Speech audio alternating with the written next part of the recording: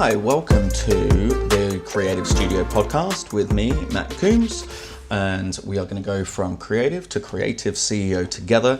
I am going to be trying to put a podcast out a week on different topics, and I'm going to be interviewing a series of industry professionals, so people that are working in the industry at the moment, and we're going to talk about their journeys from perhaps being a performer to going backstage, or how they built their own business, or what they're doing now, and perhaps if they're looking to expand, we might get into looking at how they can do that, and we'll be working through that live so that we can make sure that we're providing value here at the Creative Studio. So this is episode 1, and I just want you to close your eyes, unless you're driving, in which case please don't close your eyes. But if you're not driving, close your eyes, and I just want you to think about being a creative professional for the rest of your life. I want you to think about what that looks like for you. And I want you to really think if you truly believe that you have what it takes, or that you have the drive and the passion to make this your number one career and your number one goal for the foreseeable future. If you don't feel like a career in the creative arts is something that's viable for you, don't stop listening. It's more about, we're going to look at why. We're going to look at what are your limiting beliefs about making a career out of your passion and your dreams. I did it, and I am so grateful that I had people around me and in front of me who pulled me along and who showed me the way. And I want to be that for other people. I'm at a stage in my career now where I want to give back. I want to provide value for others. I'm not particularly looking to be a multi-millionaire. I want to engage with a community, and that's what I'm doing here. I want to build a community of artists, whether it's in Hong Kong where I live or worldwide through the magic of the Tinterweb. I believe that your passion and your dream can be your main source of income and your career, and that you can use the arts more than anything else to grow into the you that you are meant to be. There's a lot about hierarchy of needs, and at the top is that self-actualization. And I think it's just incredibly important that we realize from the very beginning that you can make a career out of this. So I want you to believe that you are able to have a long-term, lifelong career in the arts. That's point number 1. We can all do that. I'm here to help you. I'm here to answer questions, and hopefully we can have some fun along the way, because it is art. We're not brain surgeons. People don't die if we try things and they don't work. If we try things and they don't work, what we do in this career is we learn and we take a step forward. Fail, first attempt in learning, okay? So we now have a wonderful opportunity ahead of us to get things wrong together, to learn together, and to set a new standard and a new approach for how we act and hold ourselves as creative professionals. There's no need to be any less professional, any less on time as a creative professional than there is for any other job role.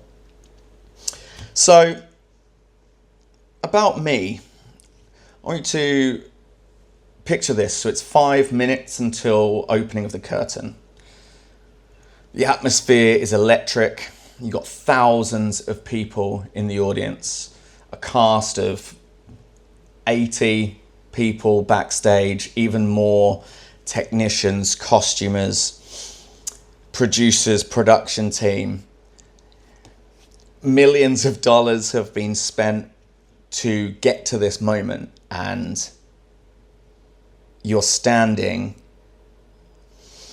backstage and you know that something that you've created is about to entertain thousands of people live and millions of people across the world when it's broadcast live. There is no room for error. There's no room for doing it again.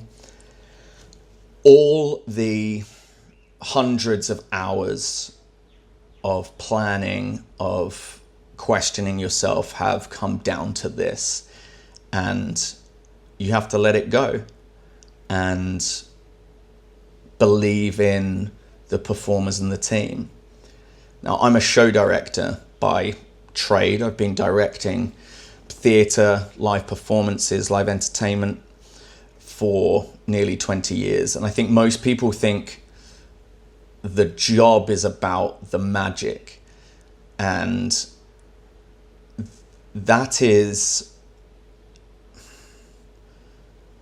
I would think of it like this. If we do a cake analogy, because I love cake, the magic that you see on stage as a audience member is the whipped cream, the icing that wraps the cake, the cherry on top. Because the truth is, being a show director is about so many other things before you get to that moment. It is about planning. It's about managing the parameters that you're given, looking at the metrics. It's about aligning cross-functional teams with different goals. It's about working with the client. It's about creating something that is performable within budget, within the time frame. You have to be able to choreograph it. The performers have to be able to learn it and perform it at world-class level within that time frame. You have to be able to think about how you are telling a story with minimal or no props, what costumes you're going to use. And if you're using costumes, what's the backdrop going to look like? Are you using complementary colors? Are you using something else? For the event that I'm talking about, we also had 22 LED screens, the content of which I'd put together over a couple of 100 hours work the week before. So in this industry, the artistic talent that you have is only 50% of the equation. If you want to step off stage or beyond the stage and begin creating live entertainment or events, or step into your own business, whether that's running a dance studio, whether it's being a coach of some kind, whether it's doing personal trainer, whether you are an actor looking to get into production, whether you are an actor looking to get into directing, the other 50% is the business mindset and engine behind you. I just got heart palpitations and my breath is going faster just talking about the excitement of standing backstage when you're about to launch something huge. I still get goosebumps when I go and see shows that I've created and guests are laughing or enjoying it and talking amongst themselves, and I hear what they say about the performers, about the wonderful cast that I work with, and I think about all the time and effort that has gone into it. And I think a massive reason that I'm so good at the job that I do is because of my mindset of having run a business of my own for 7 years, or nearly a decade, and running it across countries and managing the growth of that and doing everything, the whole journey from concept to delivery.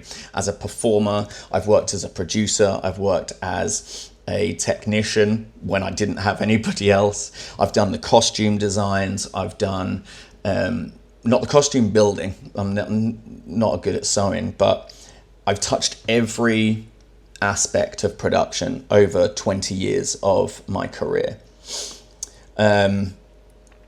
So I guess that's the introduction to this first episode of the Creative Studio. This is going to be about mastering the business of entertainment, of art, of creating a sustainable career in the arts for yourself. So I'm just going to do a quick rundown of who I am and where I've come from, and hopefully where I'm going. So I'm 38 years old. I've been doing this for 20 years. I started as a performer. I went to East 15 Acting School in London when I was 18. I've had the raw passion of an artist. I've done national tours, but I did a theatre course at East 15, which very early on taught us that the industry, it doesn't teach you how to survive. So the course that I did was like an applied theatre course, and we learned how to apply for funding in the UK. We learned how to set up our own business. We learned how to do so many different kinds of theatre that it really was a magical experience. I started training in stage combat, circus, commedia dell'arte, mask work, physical theatre, and over the next 10-15 years of my career I kept that up and kept training in different things. So the breadth of performance knowledge that I started with and have then been trained in beyond that is huge, and I think that's also just a big reason why I've been employed for the last 20 years without any break, is that I've been able to say yes to so many different opportunities and then use the learning that I've got to stack that on top. And I would take different jobs, learn that new skill, take that new skill and apply it to the next opportunity. There's definitely a call out to, I think Richard Branson says, isn't it? If you get given an opportunity and you don't know how to do it, say yes, figure it out later. Not 100%. Don't say you can fly a plane if you can't, be real. But there's definitely growth in that, and knowing that, having the self-confidence to do that and to take on those opportunities is incredibly important. So I went to East 15 Acting School, then I started directing, creating art. I worked at the National Centre for Circus in London, teaching performance. In 2010, I moved to Hong Kong. That was great fun. I've been in Hong Kong now for 16 years, and I launched an independent entertainment and event company called Mainstage Events, and I had that was the umbrella company. Under that I had a company called Rumpel and Friends, which started off doing sort of children's birthday parties. We then grew to do 600, 700 and 800 events in the last 3 years. We doubled revenue for 4 years in a row. We ended up starting with me in a suitcase to, we had an office with 5 or 6 full-time staff. We hired performers from the UK, Australia and America. We had an army of freelancers that would perform every weekend for us. We had local performers, and probably the biggest thing that I did that enabled me to grow my business was partner with others. So I partnered with other vendors and was then able to get in front of corporate clients and begin selling corporate events with live entertainment, but working then more on the production side, the technical side, putting together larger and larger corporate events over those 7 years. Also opened an office in Singapore and lived there for 6 months, I think, setting that up, and then moved staff there. So by the time I moved to Disney, I was running a company in 2 different countries, and it was really this running of the company and the business acumen that I have or had that I think told a different story to Disney, enabled me to step into that role and take on bigger opportunities and bigger budgets. I realized when I was managing both the company and working Disney full-time as a show director, 1, my brain was going to explode, but 2, I realized that the business structure that I had used to build my business, I needed to cement that business acumen. So I got my MBA with distinction from Manchester Business School in 2021 to 2023, which was great fun, obviously during COVID for everybody. Also, I have 2 young kids. I had 1 kid at the start of my MBA and 2 kids by the end of my MBA.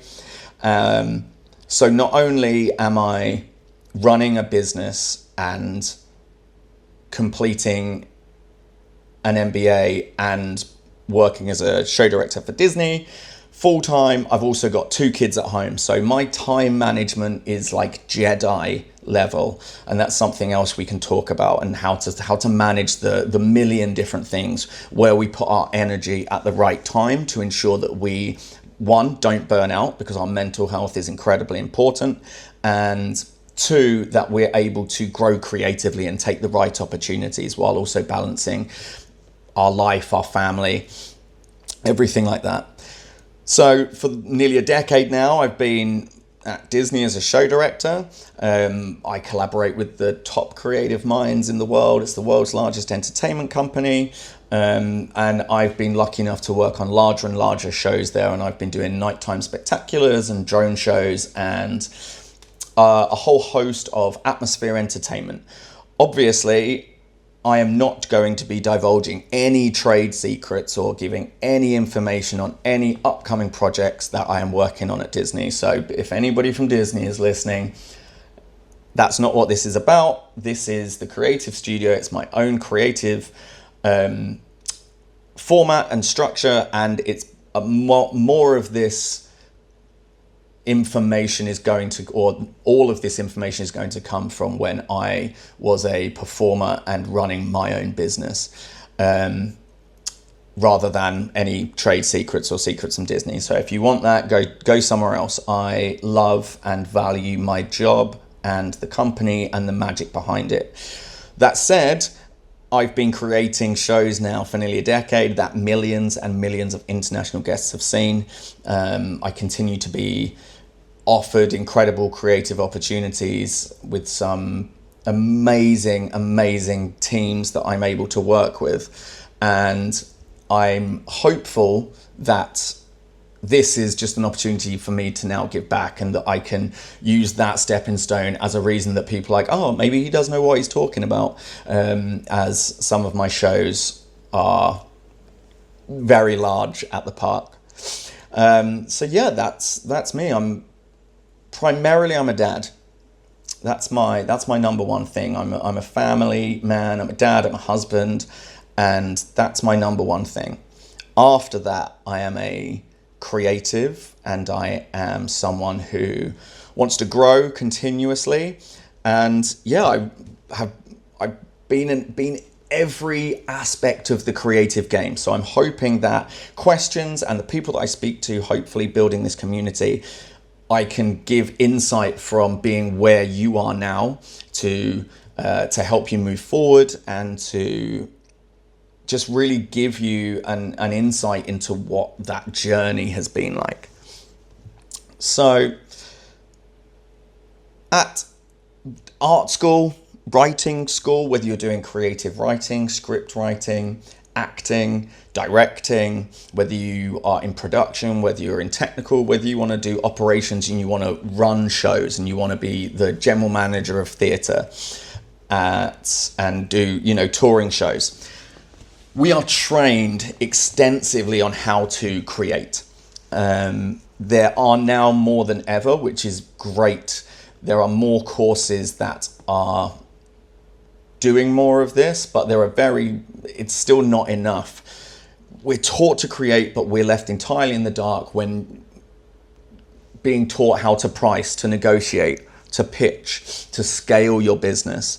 And so you've got brilliant artists, writers, directors. People are burned out. They're trading their time and their effort for dollars. They're constantly chasing the next gig, and they're terrified to talk about money with corporate clients because people feel so lucky to have been given the opportunity to create for someone for money.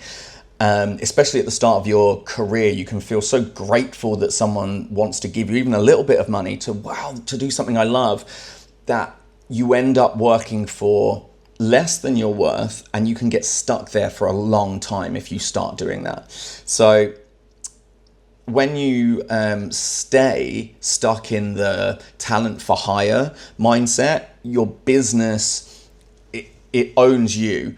You aren't an executive, you're not leading, you're not pulling from the front, you're being dragged along by what is available, and you're rushing and searching. So hopefully what we can do is move from freelancer and the gigging economy into having a plan, having a structure, and being someone that approaches their business with the same care that they approach their creativity and their creative process. Okay, so what is a creative CEO? So the core philosophy is this: you've got three pillars. There's the director's mindset. So you've got to move from doing the work to directing the vision.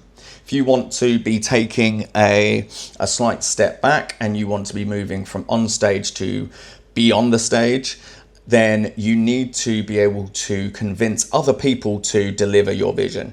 You need to shift your identity from a freelancer to an enterprise leader. So you have to be, you're the one with the vision. This is what you're going to execute, and you have to convince people that is worth their time and money. So pillar number 2 is the architecture of spectacle, which is similar to Artist to Architect, which is the event management course that I've just released. So you've got to treat your operational output. So by this I mean your timelines, your Gantt charts, your Raki matrix, your rules of engagement as a team. That's part of your creative output now. You need to manage your operations and your production as closely as you double check your creative work, and you proofread everything, and you do iteration after iteration. Same thing now goes for running our business. And the third pillar is we need to be able to pitch. You need to learn how to walk into a corporate boardroom, pitch a major client by speaking their language, which means return on investment, the feasibility, risk mitigation, so that they feel safer writing a big check rather than showing someone something beautiful and having no plan on how to execute it. I promise you 100% of the time, they're going to go with the guy or the girl, they're going to go with the person who has the budget, the return on investment, the risk mitigation, the contingencies, the person who has the floor plan and has a flow for the event.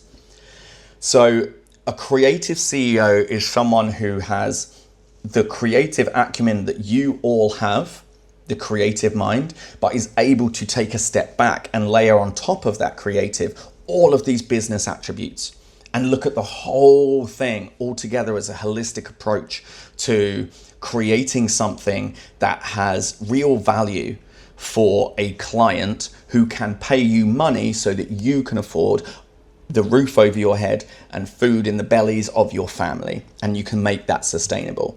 So that's what we are going to become. You're going to become creative CEOs as we listen to this podcast. If you work through my courses, if you do any of my coaching, that is what we're heading towards. That's the insights that I want to bring. You need to be willing to take action. One of my big philosophies that I want from my coaching is that you've got to be willing to do the work. The magic is in the work you're avoiding is a very famous phrase, but it's true. So anytime we are talking about anything in coaching or on my courses, there's work to be done. That means whether it's worksheets, whether it's calling 100 people in the business that you want to get into and asking for a meeting, whether it's building the contingency and risk mitigation documents that you need for a big event, and then we'll work through them together and we'll think about is there anything that we've missed, or how can we present this better? I'm currently working on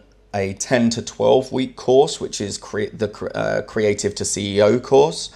And that will have a small cohort. That will be a live weekly course that we do together as we work through each of the modules.